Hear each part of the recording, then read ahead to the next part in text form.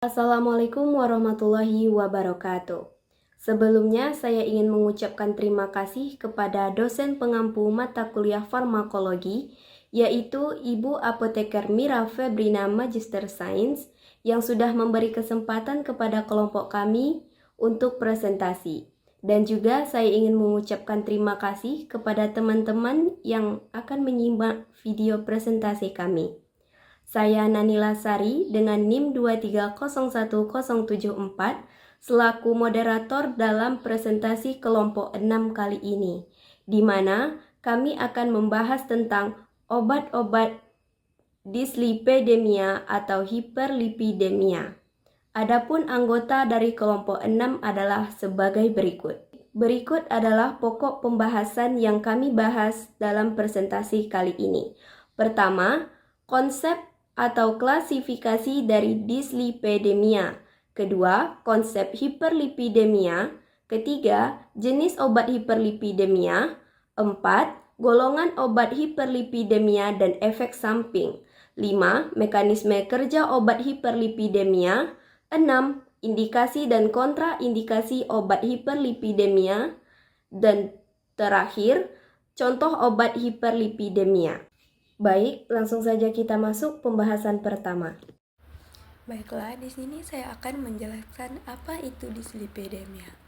Dislipidemia adalah peningkatan kadar kolesterol plasma, trigliserida atau TG atau keduanya, atau kadar kolesterol lipoprotein densitas tinggi HDLC yang rendah yang berkontribusi terhadap perkembangan aterosklerosis. Penyebabnya bisa primer atau dari genetik atau juga sekunder. Nah, diagnosis dilakukan dengan mengukur kadar plasma kolesterol total, TG, dan lipoprotein individu. Pengobatannya meliputi perubahan pola makan, olahraga, dan obat penurun lipid. Klasifikasi dislipidemia ada peningkatan kolesterol saja, hiperkolesterolemia murni atau terisolasi, lalu peningkatan TG saja itu hipertrigliseridemianya murni atau terisolasi, lalu peningkatan kolesterol dan TG, hiperlipidemianya itu campuran atau gabungan. Baiklah, materi selanjutnya adalah hiperlipidemia. Hiperlipidemia sering dikenal juga sebagai hiperlipoproteinemia, karena sebelum mengalami sirkulasi dalam darah, lemak harus berikatan dengan protein membentuk lipoprotein. Sehingga semakin banyak lemak yang dikonsumsi akan menyebabkan semakin banyaknya lipoprotein yang terbentuk. Kolesterol dalam darah akan mengalami sirkulasi dalam bentuk kolesterol LDL dan HDL. Kolesterol LDL sering disebut sebagai kolesterol jahat karena dapat menyebabkan penyumbatan pembuluh darah dan mengakibatkan serangan jantung. Sedangkan HDL dikenal sebagai kolesterol baik karena berfungsi menyapu kolesterol bebas di pembuluh darah dan mampu mempertahankan kadar trigliserida darah dalam kisaran normal, sehingga dapat disimpulkan hiperlipidemia adalah kondisi di mana kadar lipid dan dalam darah seperti kolesterol dan trigliserida meningkat di atas normal. Lipid ini diperlukan untuk fungsi tubuh yang sehat, tetapi jika kadarnya tinggi bisa menyebabkan masalah kesehatan serius, terutama seperti penyakit kardiovaskular, contohnya penyakit jantung dan stroke.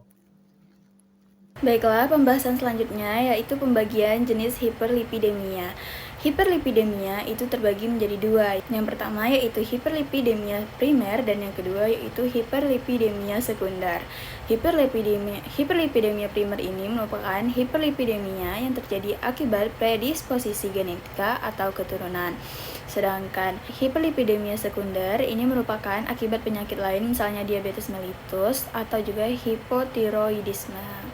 Pembahasan selanjutnya yaitu tentang golongan obat hiperlipidemia dan juga efek sampingnya. Yang pertama itu ada inhibitor HMG coenzim A reductase. Obat-obat penurun kolesterol yang biasa digunakan saat ini adalah golongan statin atau juga nama ilmiahnya inhibitor HMG coenzim A reductase. Sintesis kolesterol di dalam sel ini membutuhkan enzim HMG coenzim A reductase ini sehingga dengan pemberian obat golongan statin dapat membantu menurunkan kadar kolesterol LDL dan juga meningkatkan kadar HDL. Statin dalam dosis tinggi juga dapat menurunkan kadar trigliserida yang disebabkan karena naiknya kadar VLDL. Untuk efek sampingnya, golongan statin yang berbahaya adalah miopati dan rhabdomyolysis. Namun, efek samping ini jarang terjadi. Statin diperkenalkan pada tahun 1980. Statin menjadi obat yang paling ampuh untuk menurunkan kolesterol yang kita punya saat ini. Yang kedua itu ada turunan asam fibrat. Nah, obat-obat golongan ini bekerja dengan meningkatkan aktivitas lipoprotein di fase, menurunkan produksi VLDL, dan meningkatkan kadar HDL. Obat-obat ini diabsorpsi melalui usus. Kadar puncak plasma tercapai dalam 1-4 jam. Hasil metabolisme asam fibrat diekskresikan melalui urin dan tinja. Nah, untuk efek sampingnya yaitu dari obat-obat golongan ini yang paling sering ditemukan adalah gangguan saluran cerna seperti mual, muntah, dan diare. Efek samping lainnya antara lain gangguan fatal hati, gangguan ginjal, dan miopati. Baik, saya akan melanjutkan materi selanjutnya yaitu golongan obat hiperlipidemia. Yang ketiga ada resin. Resin bekerja di dalam usus dengan mekanisme kerja dengan cara mengikat asam empedu yang membawa kolesterol, sehingga menambah pembuangan kolesterol melalui feses. Jadi, obat ini mengurangi jumlah kolesterol yang menuju ke liver. Kemudian, membuat lebih banyak LDL reseptor yang bertanggung jawab untuk menangkap LDL dari plasma, sehingga LDL menurun. Efek samping yang umum terjadi adalah gangguan saluran cerna seperti mual, muntah, dan konstipasi. Selanjutnya yang keempat ada asam nikotinat. Asam nikotinat termasuk obat terawal yang digunakan untuk hiperlipidemia. Obat ini dapat mempengaruhi hampir semua fraksi lipid, LDL, HDL, dan trigliserida. Efek lipohepidemik dapat dicapai bila diberikan dalam dosis besar 2-6 gram per hari. Obat ini dapat meningkatkan HDL 30-40%, menurunkan trigliserida sebesar 35-45%, dan menurunkan LL sebesar 20-30%. Efek lipohipidemik dapat dicapai bila dalam dosis besar 2-6 gram per hari. Obat ini dapat meningkatkan HDL 30-40%, menurunkan trigliserida sebesar 35-45%, dan menurunkan LL sebesar 20-30%. Efek samping asam nikotinat adalah kemerahan pada kulit yang sering timbul, dapat dispersia, sehingga obat ini sekarang jarang digunakan. Asam nikotinat dapat menyebabkan kecacatan bayi pada hewan. Terima kasih. Selanjutnya akan dijelaskan oleh materi selanjutnya. Baiklah, di sini saya akan melanjutkan penjelasan materi mengenai mekanisme kerja obat hiperlipidemia. Sebelumnya, perkenalkan nama saya Aulia Novia Ilma dengan NIM 2311055. Baiklah, untuk nama obat yang pertama itu adalah clorfirbat. Clorfirbat ini adalah salah satu contoh obat dari golongan fibrat. Mekanisme kerja dari obat clorfirbat itu adalah dengan meningkatkan aktivitas lipoprotein di fase, sehingga katabolisme lipoprotein kaya trigliserida seperti FLDL dan LDL meningkat. Selanjutnya ada kolestiramin. Kolestiramin itu adalah salah satu contoh obat dari bile acid sequestran. Untuk mekanismenya itu menurunkan kadar kolesterol plasma dengan cara mengikat asam empedu dalam saluran cerna, mengganggu sirkulasi enterohepatik sehingga ekskresi steroid yang bersifat asam dalam tinja meningkat. Penurunan asam empedu oleh pemberian resin ini menyebabkan meningkatnya produksi asam empedu yang berasal dari kolesterol. Interaksi antara kedua obat ini itu adalah clorfirbat bersama kolestiramin sedikit menunda tercapainya kadar puncak plasma. Clorfirbat menggeser antikoagulan oral dari ikatannya dengan albumin dan memperkuat efek obat-obat ini. Selanjutnya ada gemfibrozil. Gemfibrozil mekanismenya meningkatkan aktivitas lipoprotein di fase sehingga clearance partikel kaya trigliserida meningkat. Kadar kolesterol HDL juga dapat meningkat pada pemberian obat ini. Selanjutnya ada warfarin. Mekanisme kerjanya antikoagulan oral yang mempengaruhi sintesa vitamin K yang berpendalaman pembekuan darah sehingga depresi faktor 2, 7, 9, dan 10, ia bekerja di hati dengan menghambat karboksilasi vitamin K dari protein prekursornya. Interaksinya, gemfibrozil meningkatkan efek antikoagulan warfarin. Baik, yang keempat, pravastin dan gemfibrozil.